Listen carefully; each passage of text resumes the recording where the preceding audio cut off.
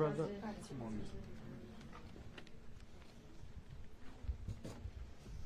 Okay, thank you very much. This is big stuff. We appreciate you being here. Late last night and early today, at my direction, the United States Armed Forces conducted an extraordinary military operation in the capital of Venezuela. Overwhelming American military power, air, land, and sea, was used to launch a spectacular assault. And it was an assault like people have not seen since World War II. It was a force against a heavily fortified military fortress in the heart of Caracas to bring outlaw dictator Nicolas Maduro to justice. This was one of the most stunning, effective, and powerful displays of American military might and competence in American history. And if you think about it, we've done some other good ones, like the attack on Soleimani, the attack on al-Baghdadi, and the obliteration and decimation of the Iran nuclear sites just recently in an operation known as Midnight Hammer, all perfectly executed and done.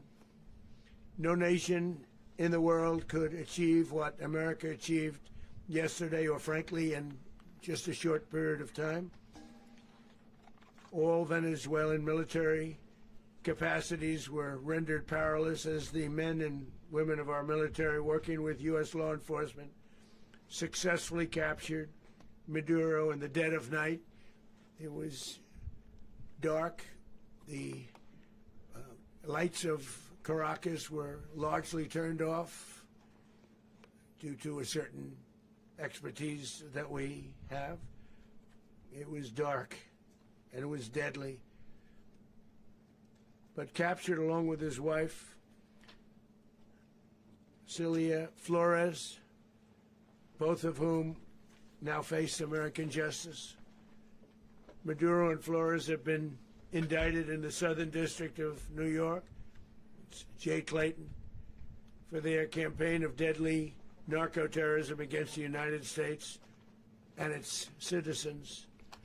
I want to thank the men and women of our military who achieved such an extraordinary success overnight with breathtaking speed, power, precision, and competence.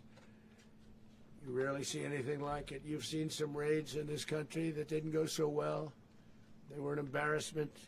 If you look back to Afghanistan, or if you look back to the Jimmy Carter days, they were different days. We're a respected country again, maybe like never before. These highly trained warriors, operating in collaboration with U.S. law enforcement, caught them in a very ready position. They were waiting for us. They knew we had many ships out in the sea, just sort of waiting. They knew we were coming. So they were in a ready, what's called a ready position. But they were completely overwhelmed and very quickly incapacitated. If you would have seen what I saw last night, you would have been very impressed. I'm not sure that you'll ever get to see it, but it was an incredible thing to see. Not a single American service member was killed, and not a single piece of American equipment was lost. We had many helicopters, many planes, many people involved in that fight. But think of that, not one piece of military equipment was lost, not one service member was, more importantly, killed. The United States military is the strongest and most fearsome military on the planet by far, with capabilities and skills our enemies can scarcely begin to imagine. We have the best equipment anywhere in the world. There's no equipment like what we have, and you see that even if you just look at the boats. You know, we've knocked out 97% of the drugs coming in by sea. 90%. Each boat kills on average, 25,000 people. We knocked out 97%. and those drugs mostly come from a place called Venezuela. We're going to run the country until such time as we can do a safe, proper, and judicious transition. So we don't want to be involved with having somebody else get in, and we have the same situation that we had for the last long period of years. So we are going to run the country until such time as we can do a safe, proper, and judicious transition. And it has to be judicious because that's what we're all about. We want peace, liberty, and justice for the great people of Venezuela, and that includes many from Venezuela that are now living in the United States and want to go back to their country. It's their homeland. We can't take a chance that somebody else takes over Venezuela that doesn't have the good of the Venezuelan people in mind. We've had decades of that. We're not going to let that happen. We're there now, and what people don't understand, but they understand as I say this, we're there now, but we're going to stay until such time as the proper transition can take place. So we're going to stay until such time as we're going to run it, essentially, until such time as a proper transition can take place. As everyone knows, the oil business in Venezuela has been a bust, a total bust, for a long period of time. They were pumping almost nothing by comparison to what they could have been pumping and what could have taken place. We're going to have our very large United States oil companies, the biggest anywhere in the world, go in, spend billions of dollars, fix the badly broken infrastructure, the oil infrastructure, and start making money for the country. And we are ready to stage a second and much larger attack if we need to do so. So we were prepared to do a second wave if we needed to do so. We actually assumed that a second wave would be necessary, but now it's probably not. The first wave, if you'd like to call it that, the first attack was so successful, we probably don't have to do a second, but we're prepared to do a second wave, a much bigger wave, actually. This was pinpoint, but we have a much bigger wave that probably won't have to do. This partnership of Venezuela with the United States of America, a country that everybody wants to be involved with because of what we were able to do and accomplish, will make the people of Venezuela rich, independent, and safe. And it will also make the many, many people from Venezuela that are living in the United States extremely happy. They suffered. They suffered. So much was taken from them. They're not going to suffer anymore. The illegitimate dictator Maduro was the kingpin of a vast criminal network responsible for trafficking colossal amounts of deadly and illicit drugs into the United States. As alleged in the indictment, he personally oversaw the vicious cartel known as Cartel de las Solas, which flooded our nation with lethal poison, responsible for the deaths of countless Americans, many, many Americans. Hundreds of thousands over the years of Americans died because of him. Maduro and his wife will soon face the full might of American justice and stand trial on American soil. Right now they're on a ship. They'll be heading to ultimately New York, and then a decision will be made, I assume, between New York and Miami or Florida. But we have people where the overwhelming evidence of their crimes will be presented in a court of law. And I've seen it. I've seen what we have. It's both horrible and breathtaking that something like this could have been allowed to take place. For many years after his term as president of Venezuela expired, Maduro remained in power and waged a ceaseless campaign of violence, terror, and subversion against the United States of America, threatening not only our people, but the stability of the entire region.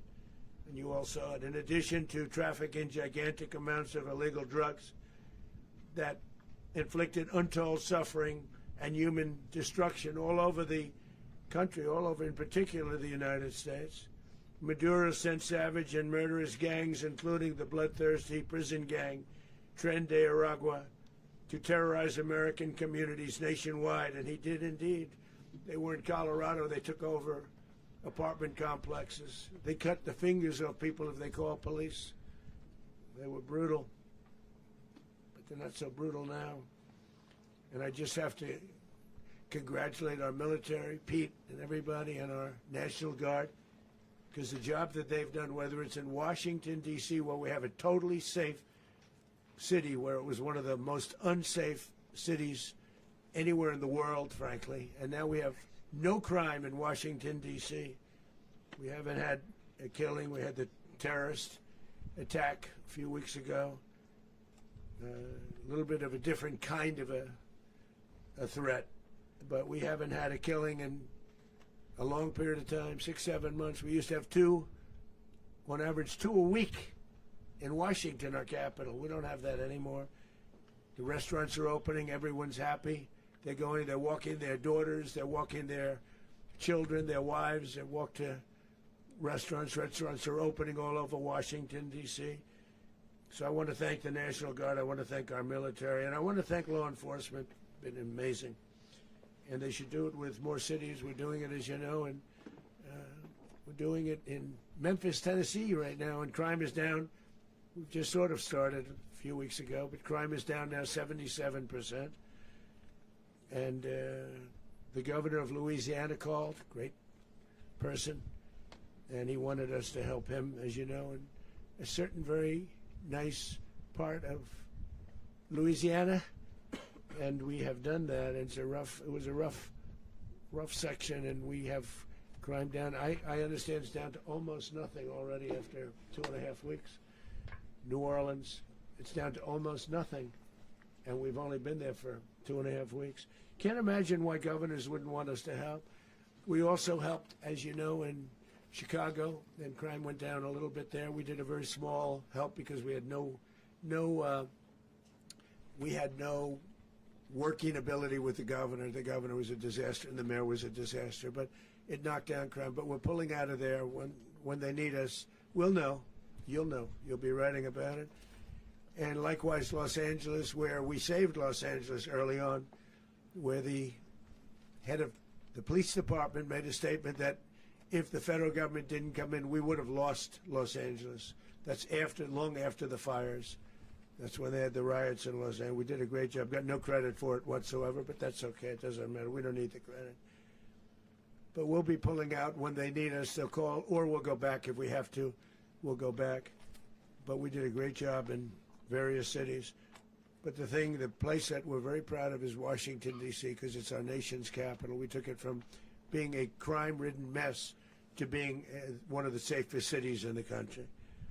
But the gangs that they sent raped, tortured, and murdered American women and children. They were in all of the cities I mentioned, Tren de Aragua. And they were sent by Maduro to terrorize our people, and now Maduro will never again be able to threaten an American citizen or anybody from Venezuela. There will no longer be threats. For years I've highlighted the stories of those innocent Americans whose lives were so heartlessly robbed by this Venezuelan terrorist organization. Really one of the worst, they say the worst. Americans like 12-year-old Jocelyn Nungary from Houston. Beautiful Jocelyn Nungary, what happened to her? They, as you know, they kidnapped, assaulted, and murdered by Tren de Aragua animals. They murdered Jocelyn and left her dead under the bridge. There was a bridge that will never be the same to so many people after seeing what happened. As I've said many times, the Maduro regime emptied out their prisons, sent their worst and most violent monsters into the United States to steal American lives. And they came from mental institutions and insane asylums. They came from prisons and jails. The reason I say both, they sound similar. Actually, prisons a little bit more hostile, a little bit tougher. A mental institution isn't as tough as an insane asylum, but we got them both. They sent from their mental institutions, they sent from their jails, prisons. They were drug dealers, they were drug kingpins. They sent everybody bad into the United States, but no longer. And we have now a border where nobody gets through. In addition, Venezuela unilaterally seized and stole American oil, American assets, and American platforms, costing us billions and billions of dollars. They did this a while ago, but we never had a president that did anything about it. They took all of our property. It was our property. We built it.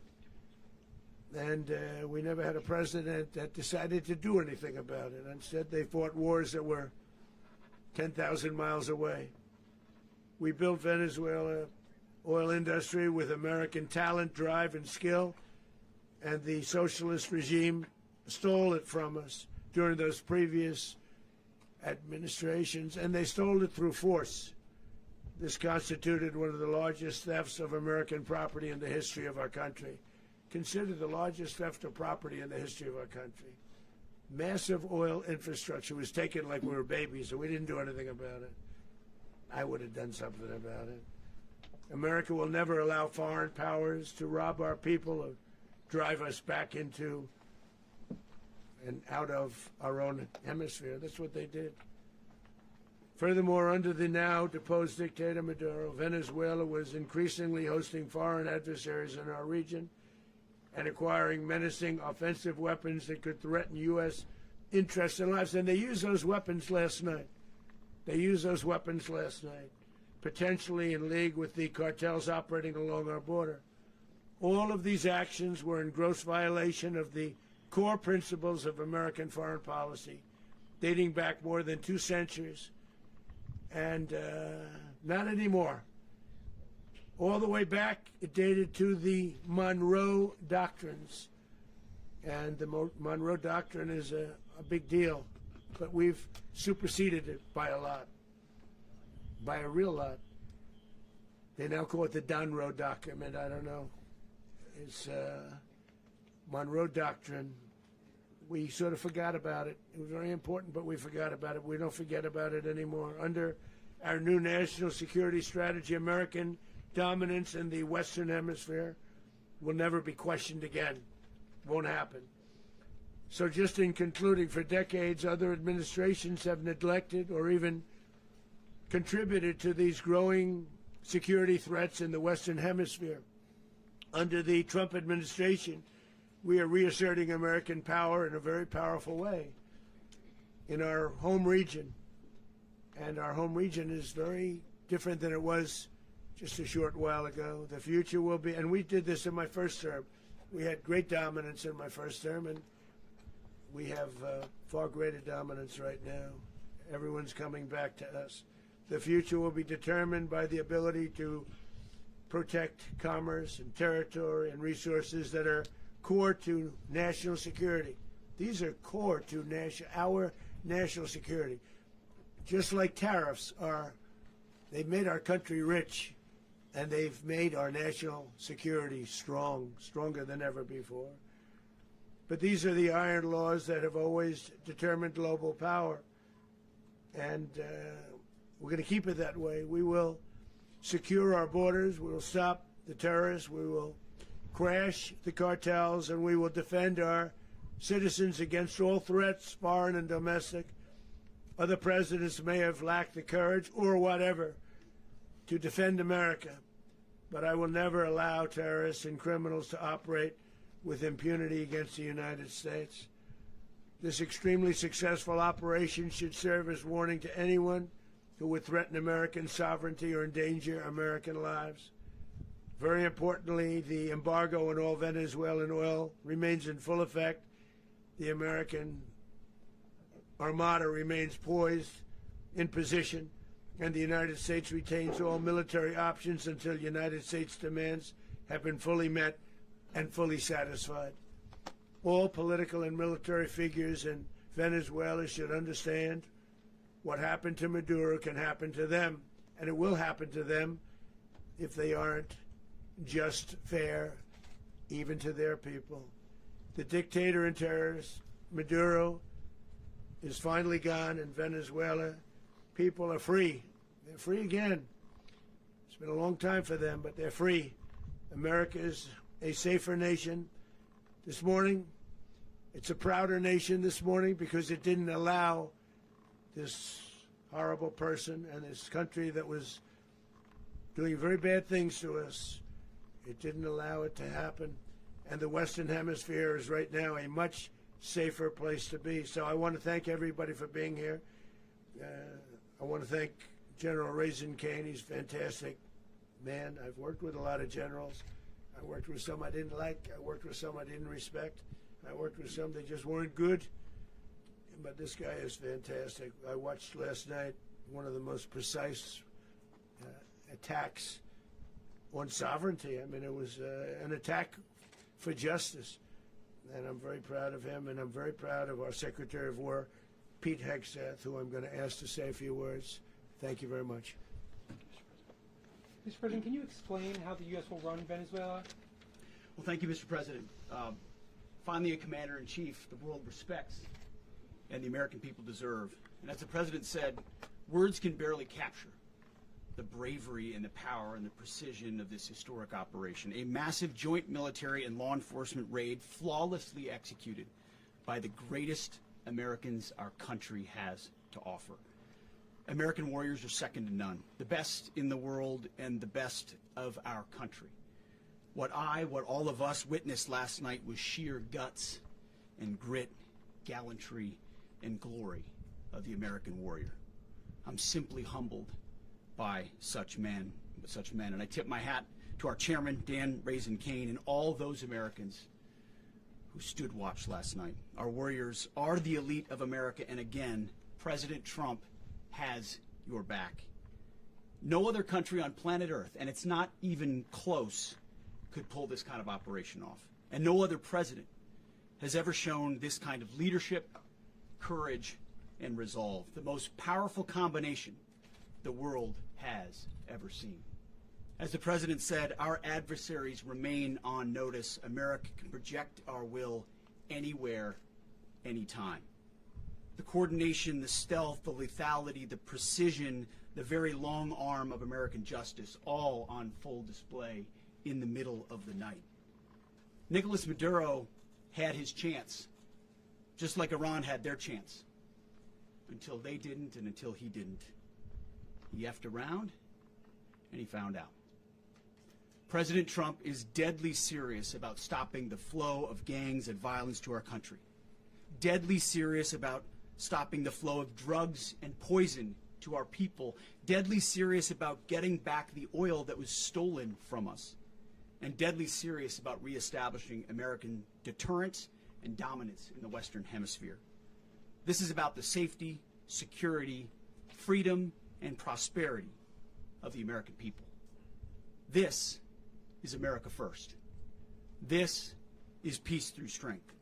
And the United States War Department is proud to help deliver it. Welcome to 2026, and under President Trump, America is back.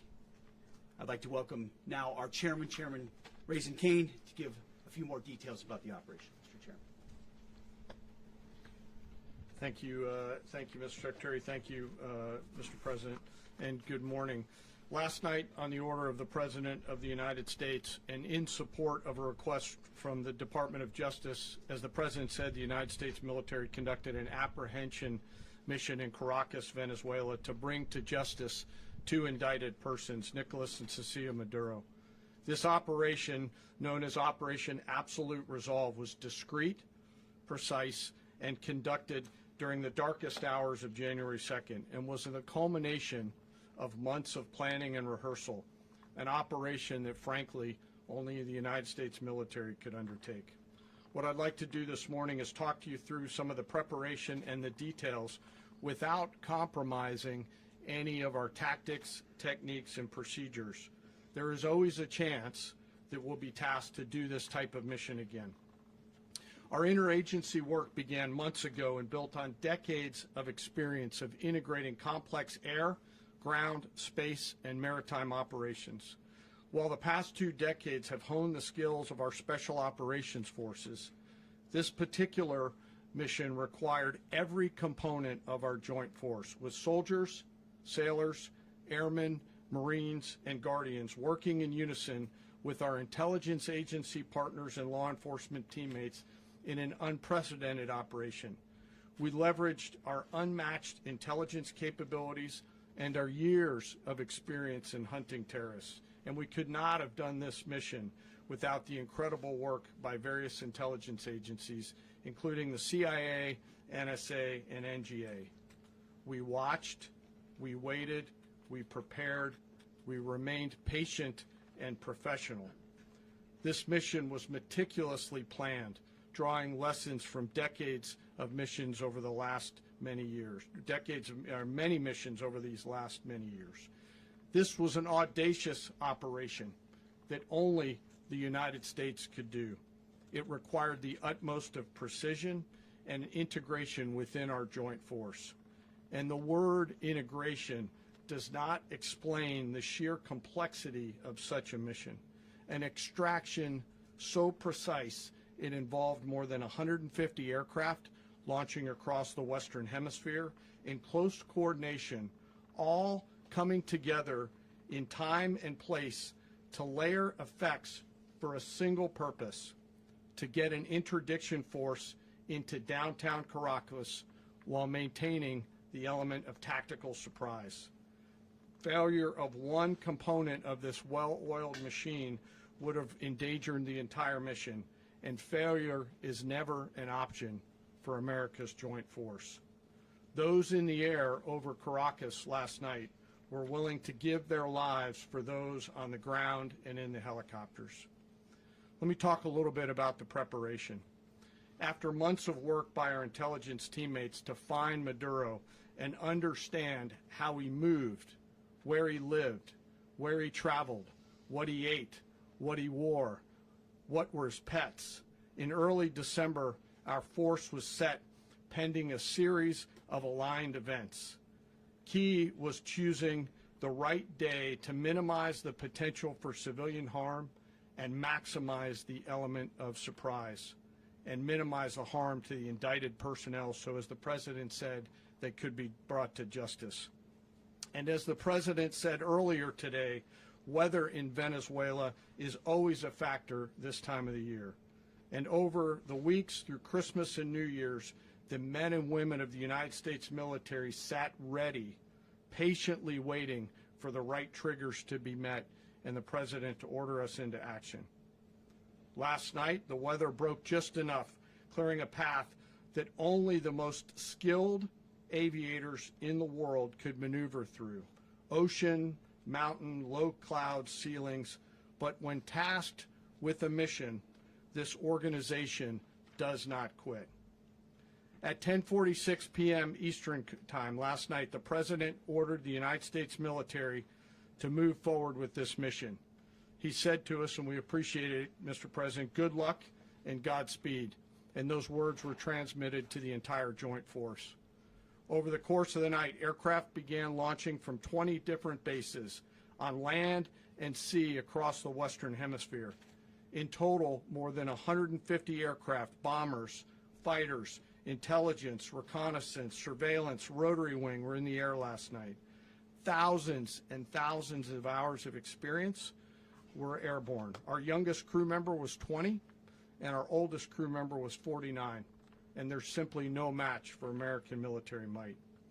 As the night began, the helicopters took off with the extraction force, which included law enforcement officers, and began their flight into Venezuela at 100 feet above the water. As they approached Venezuelan shores, the United States began layering different effects provided by Spacecom, Cybercom, and other members of the interagency to create a pathway. Overhead, those forces were protected by aircraft from the United States Marines, the United States Navy, the United States Air Force, and the Air National Guard. The force included F-22s, F-35s, F-18s, EA-18s, E-2s, B-1 bombers, and other support aircraft, as well as numerous remotely piloted drones. As the force began to approach Caracas, the Joint Air Component began dismantling and disabling the air defense systems in Venezuela, employing weapons to ensure the safe passage of the helicopters into the target area. The goal of our air component is, was, and always will be to protect the helicopters and the ground force and get them to the target and get them home. As the force crossed the last point of high terrain where they'd been hiding in the clutter, we assessed that we had maintained totally the element of surprise.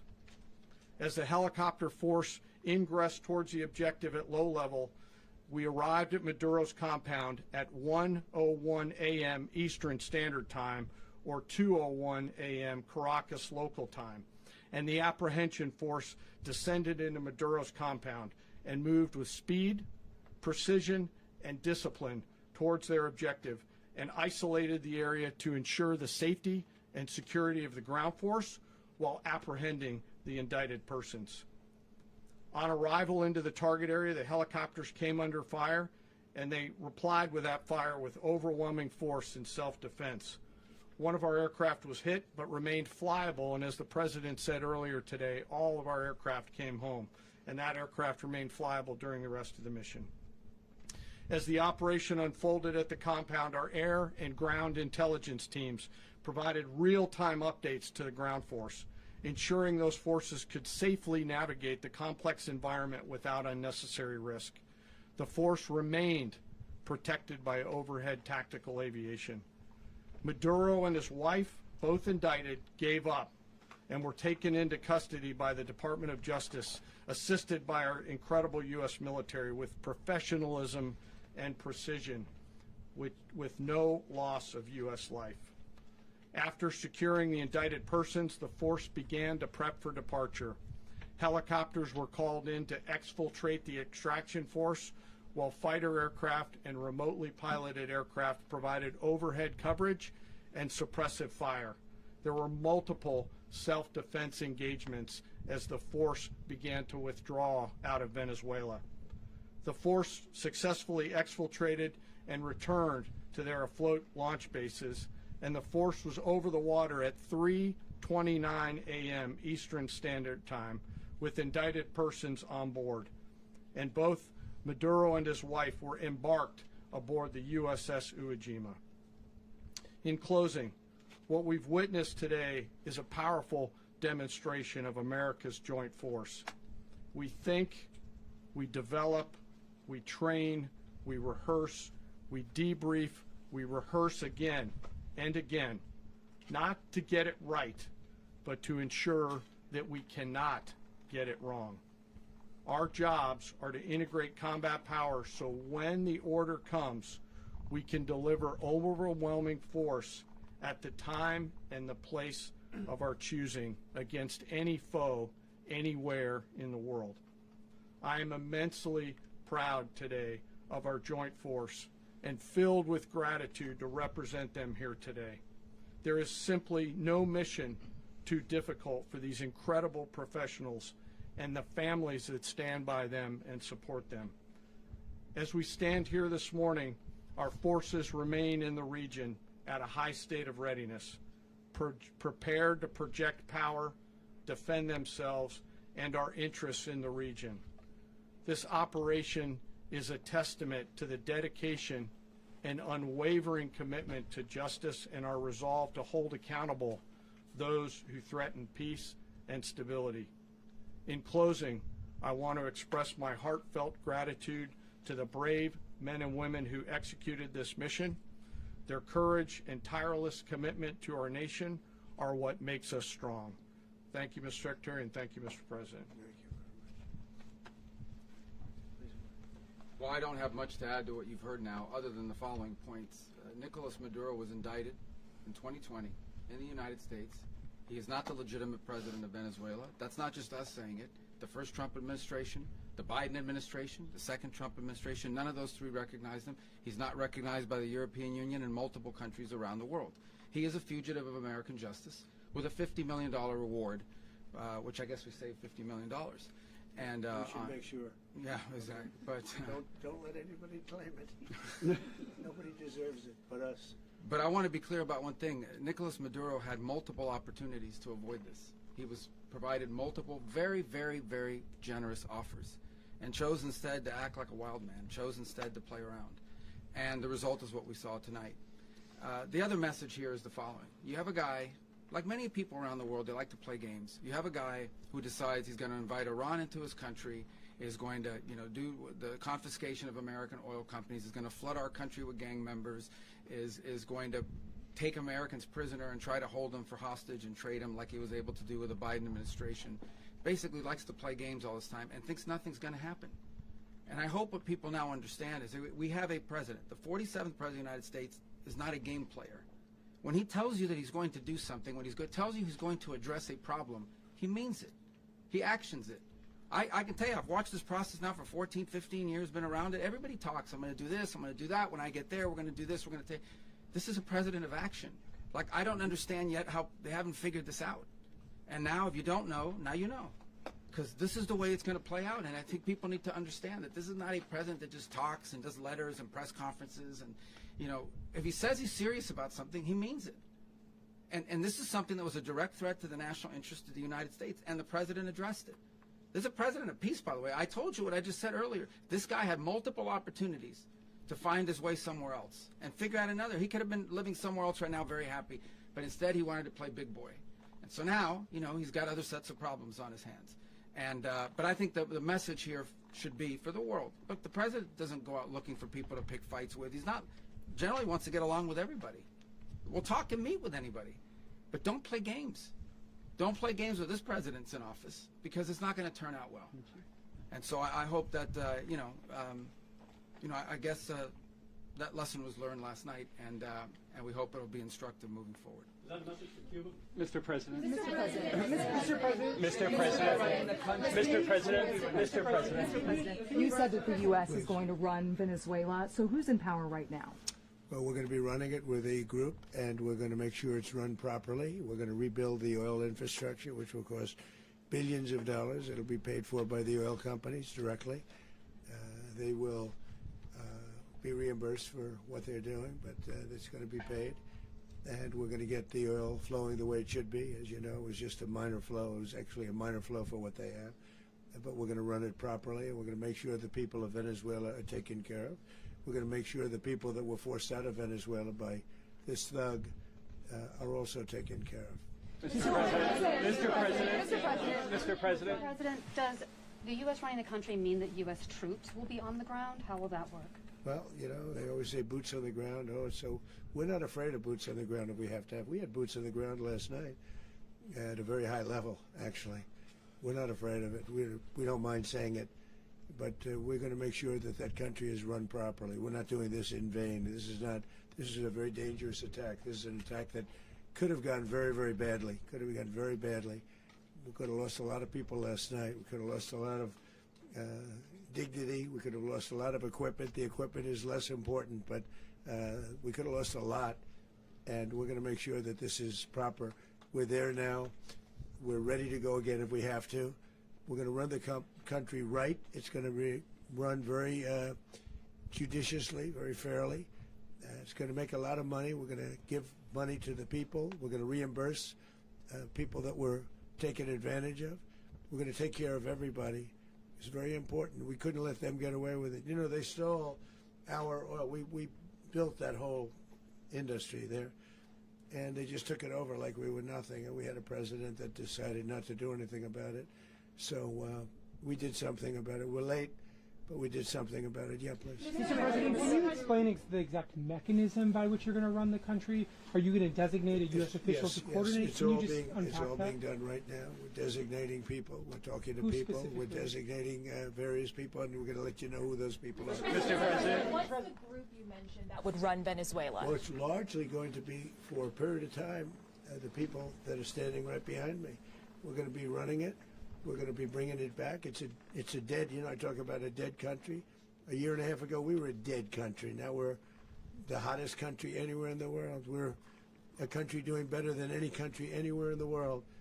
And it required leadership. Venezuela has a lot of bad people in there, a lot of bad people that shouldn't be leading. We're not going to take a chance that one of those people take over for Maduro. So you can look at, and others, we have fantastic people, including people in the military. So we're going to have a group of people running it until such time as it can be put back on track, make a lot of money for the people, and give people a great way of life, and also reimbursement for people in our country that were forced out of Venezuela. Mr. President, Rubio would be. you said earlier today that you weren't going to back Machado to come back and be the opposition leader in your Fox and Friends interview. And then you also mentioned the vice president of Venezuela. Are you going to work with the vice president of Venezuela, or how do you foresee the relationship Well, I going? understand she was just sworn in, but she was, as you know, picked by Maduro. So Marco's working on that directly. He just had a conversation with her, and she's essentially willing to do what we think is necessary to make Venezuela great again. Very simple. Mr. President, Colombian President Gustavo Petro, a couple weeks ago, he said he's got to watch his ass. And today, he said he's not concerned about anything happening to him in the aftermath of this operation. So, just what your message is Well, about he that. has cocaine mills. He has factories where he makes cocaine. And yeah, I think I stick by my first statement. He's making cocaine. They're sending it into the United States. So he does have to watch his ass. Mr. President, Mr. President, did you notify any members of Congress in advance? Marco, do you want to talk about that? Because you were involved in it. Sure. We call members of Congress immediately after. This was not the kind of mission that you can do congressional notification on. It was a trigger-based mission in which conditions had to be met night after night. We watched and monitored that for a number of days. So it's just simply not the kind of mission you can call people and say, hey, we may do this at some point in the next 15 days. But it's largely a law enforcement function. Remember, at the end of the day, at its core, this was an arrest of 2 indicted fugitives of American justice, and the Department of War supported the Department of Justice in that job. Now, there are broader policy implications here, but it's just not the kind of mission that you can pre-notify because it endangers the mission. Mr. President, If I could add one thing to that. Congress has a tendency to leak. This would not be good. If they leaked, General, I think it would have been maybe a very different result. But I have to say, they knew we were coming at some point, We had a lot of ships out there. They sort of knew we were coming. But Congress will leak, and we don't want leakage. Mr. President, you were one of the only people to watch this all play out live. What was Maduro doing when the U.S. forces entered what I assume would be his home? And also, was there any point where the U.S. was considering if Maduro pushed back or resisted killing Maduro?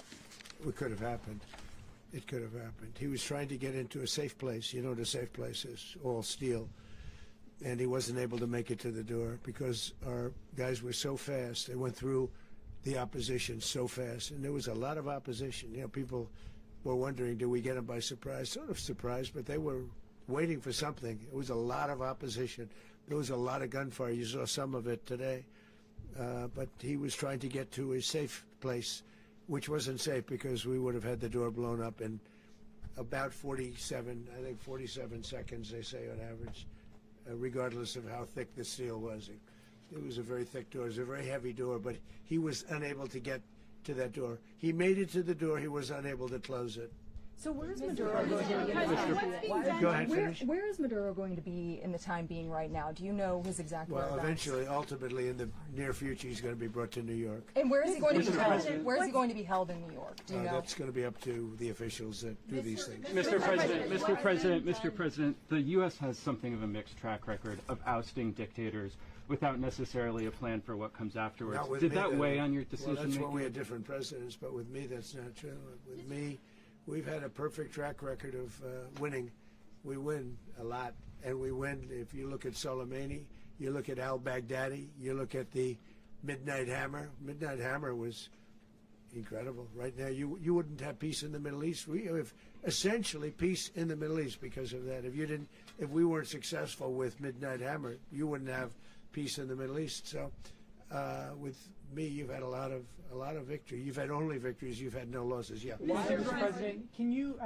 How long do you expect the U.S. to run Venezuela, and how soon do you want the Venezuelan people to hold elections? So I'd like to do it quickly, but it takes a period of time. You know, we're rebuilding. We have to rebuild their whole infrastructure. The infrastructure is rotted. It's actually very dangerous. It's blow-up territory. Oil is very dangerous. It's a very dangerous thing to take out of the ground. It can kill a lot of people. It has killed a lot of people doing just that. The infrastructure is old. It's rotted. Much of it is stuff that we put there 25 years ago, and we're going to be replacing it. And we're going to take a lot of money out so that we can take care of the country. Are you saying that Secretary Rubio and Mr. President, China, Russia, and Iran have interests in Venezuela. How does this operation affect your relationships with them when it comes to the oil and drugs? In terms of China and Russia, Russia when we get things straightened out. But in terms of other countries that want oil, we're in the oil business. We're going to sell it to them. We're not going to say we're not going to. In other words, we'll be selling oil probably in much larger doses because they couldn't produce very much because their infrastructure was so bad. So we'll be selling large amounts of oil to other countries, many of whom are using it now, but I would say many more will come. Are you saying that, Mr. President, are you saying that? Mr. President, thank you. What is your message to the people of Venezuela today? Of course, the civilian population specifically, they have a lot of questions. What is your message to the people of Venezuela? That you're going to have peace, justice. You're going to have some of the riches that you should have had for a long period of time. It was stolen from you. But you're going to have peace and you're going to have safety. You're going to have justice. You're going to have a country. You're going to have a real country. You're going to have potentially a great country. You know, if you go back 20 years, maybe even a little longer ago, that was a great country. And they destroyed it. Remember I said that if we lose this election, the United States will be Venezuela on steroids. That's what would have happened. Had we lost the election, the 2024 election, we suffered so badly when you look at the border from 2020. What they did, what Joe Biden administration did to our country should never be forgotten. But if we had to go through another year of that, we wouldn't have. We would be exactly where Venezuela was in terms of, I used to say, if they win, we're going to be Venezuela on steroids, and that's what would have happened. President, thank you. Are you saying that Secretary Hegseth and Rubio are going to be running Venezuela, and will you be sending in U.S. military troops to provide? They're going to be a team that's working with the people of Venezuela to make sure that we have Venezuela right. Because for us to just leave, who's going to take over? I mean, there is nobody to take over. You have a vice president who's been appointed by Maduro. And right now she's the vice president, and she's, I guess, the president. She was sworn as president just a little while ago. She had a long conversation with Marco, and she said, we'll do whatever you need. I think she was quite gracious, but she really doesn't have a choice. We're going to have this done right. We're not going to just do this with Maduro, then leave like everybody else, leave and say, let it go to hell. If we just left, it has zero chance of ever coming back. We'll run it properly. We'll run it professionally. We'll have the greatest oil companies in the world go in and invest billions and billions of dollars and take out money, use that money in Venezuela. And the biggest beneficiary are going to be the people of Venezuela. And also, I can't stress this strongly enough, the people that got thrown out of Venezuela that are now in the United States, and frankly, some want to stay and some probably want to go back. Yeah. So, Mr. President, what is being done to protect Americans in the country, and were any of the detained Americans Well, right now they're rescued very last protected night? because nobody's going to mess with us. They're very protected. The people of, and we let them know that you better not touch one of them. Are you concerned that bad elements of the Maduro regime will remain in place? Well, we know who they are. We're on them, and they're acting much differently now than they would have acted 2 days ago. And what can you okay, say wait, about behind you, please. Mr. President, why is running a country in South America America first? Well, I think it is because we want to surround ourselves with good neighbors. We want to surround ourselves with stability. We want to surround ourselves with energy. We have tremendous energy in that country. It's very important that we protect it. We need that for ourselves. We need that for the world. And we want to make sure we can protect it. Yes, sir. Please, go ahead. Yeah, is there a message here for Cuba and Diaz-Canel? Well, Cuba is an interesting case. Cuba is, not doing very well right now. That system has not been a very good one for Cuba. The people there have suffered for many, many years. And I think Cuba is going to be something we'll end up talking about, because Cuba is a failing nation right now, very badly failing nation. And we want to help the people. It's very similar in the sense that we want to help the people in Cuba, but we want to also help the people that were forced out of Cuba and living in this country. Do you want to say something about that, Marco, please? Well, I mean, I just gave you a statement a few minutes ago about, you know, when the president speaks, you should take him seriously. So suffice it to say, you know, Cuba is a disaster. It's run by incompetent, senile men, and in some cases, not senile, but incompetent nonetheless. It has no economy. It's in total collapse. And by the way, you know, they were, you know, all the guards that helped protect Maduro, this is well known, their whole spy agency, all that were full of Cubans. I mean, they basically, it's amazing. This poor island took over Venezuela in some cases. One of the biggest problems that Venezuelans have is they have to declare independence from Cuba. They tried to basically colonize it from a security standpoint. So, yeah, look, if I lived in Havana and I was in the government, I'd be concerned, at least a little bit. Are you cutting off the oil flow to Cuba from Venezuela? Well, the president already announced a week ago that anything that's sanctioned, it's sanctioned oil, it's not going to be allowed to get there. So that's an The answer is yes. Mr. President, Yes. is the U.S. aware of the location of opposition leader Machado, and have you been in contact with her? No, we haven't. Really, no, we haven't. Mr. President, how many hesitations about Machado as the next leader? on Monday. Oh, I think it would be very tough for her to be the leader. She doesn't have the support within, or the respect within the country. She's a very nice woman, but she doesn't have the respect. Mr. President, is it possible that the U.S. ends up administrating Venezuela for years? You know, well, you know, it won't cost us anything because the money coming out of the ground is very substantial, so it's not going to cost us anything. So the U.S. isn't going to dedicate we any will. money to. Well, we want safety there. We want to be surrounded by countries that aren't housing all of our enemies all over the world. That's what was happening, and you don't want to have that. But we're going to be rebuilding, and we're not spending money. The oil companies are going to go in. They're going to spend money. We're going to take back the oil that, frankly, we should have taken back a long time ago. A lot of money is coming out of the ground. We're going to get reimbursed for all of that. We're going to get reimbursed for everything that we spend. So it's going to be a very important. This is a very big evening that took place last night. We have to be surrounded by safe, secure countries, and we also have to have energy. Very important. We have to have energy that's real energy, not where they're getting 4% and 5% of the energy out of the ground. You take a look. It was such a disaster. So what's going to happen with Venezuela, I think, over the next period of a year is going to be a great thing. And the people of Venezuela will be the biggest beneficiaries. Mr. President, on Monday, U.S. military. Mr. President, thank you. What did you last speak to Maduro about when you spoke? And is the Well, US I don't want to at get war into with the Venezuela? conversations, but I did have conversations with him, and I said, you got to surrender. And I actually thought he was pretty close to doing so, but now he wished he did, yeah. Mr. President, can you explain, you said that Maduro is responsible for drug trafficking. You recently pardoned the former president of Honduras who was convicted on many drug trafficking. Can you explain how these two situations are different? And would you ever pardon Maduro? I endorsed, as you know, the winning president, the man who won in Honduras. I endorsed the man who won in Chile. I endorsed the man who won in Argentina. And we are doing very well with that whole group. What the man that I pardoned was, if you could equate it to us, he was treated like the Biden administration treated a man named Trump. That didn't work out too well for them. This was a man who was persecuted very unfairly. He was the head of the country.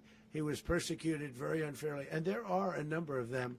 And we felt that it was a very unfair situation that happened to him. He's also a party member of the man who won. So obviously the people liked what I did. And one of the reasons that was done is because of the fact that the party in power felt very strongly that that man was treated very badly. I studied it very quickly, and then I studied it in great detail.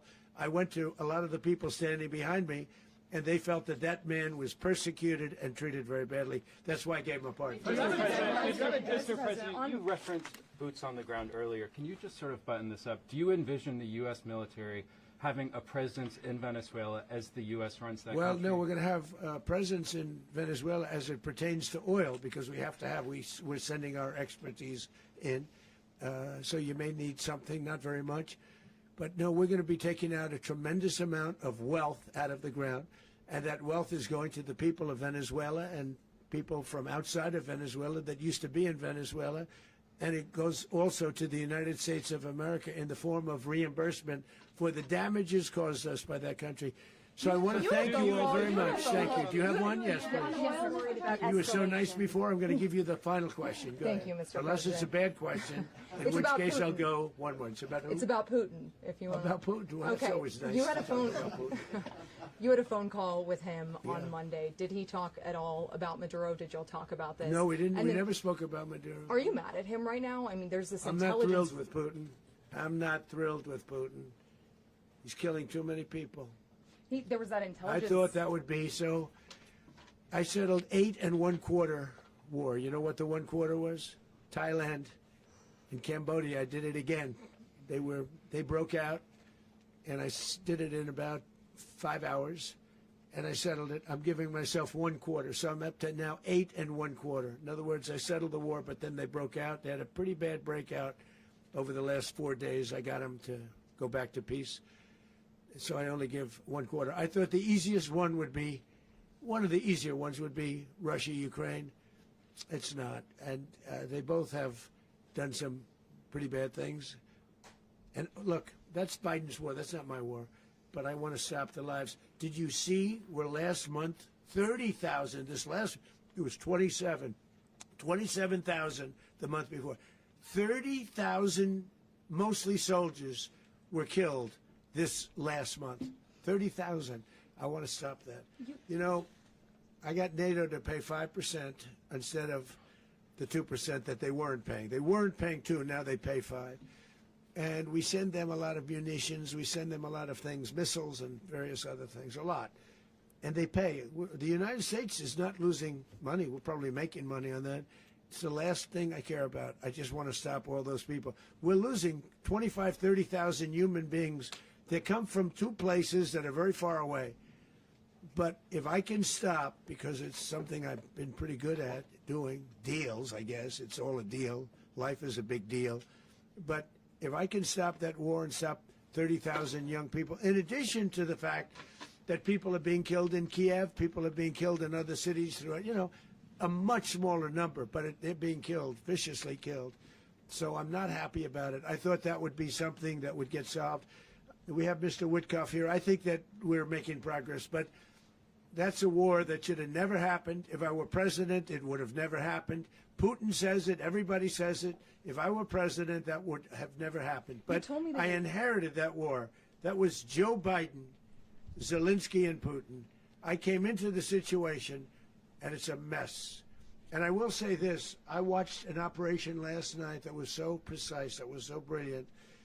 I mean, it was incredible.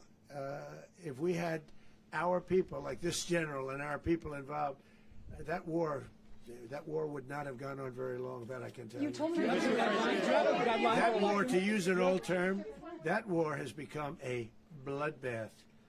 And we wanted to get stopped. Thank you very much. Are you concerned a rogue Venezuelan general can take over the country? Can you talk about your conversation with the vice president?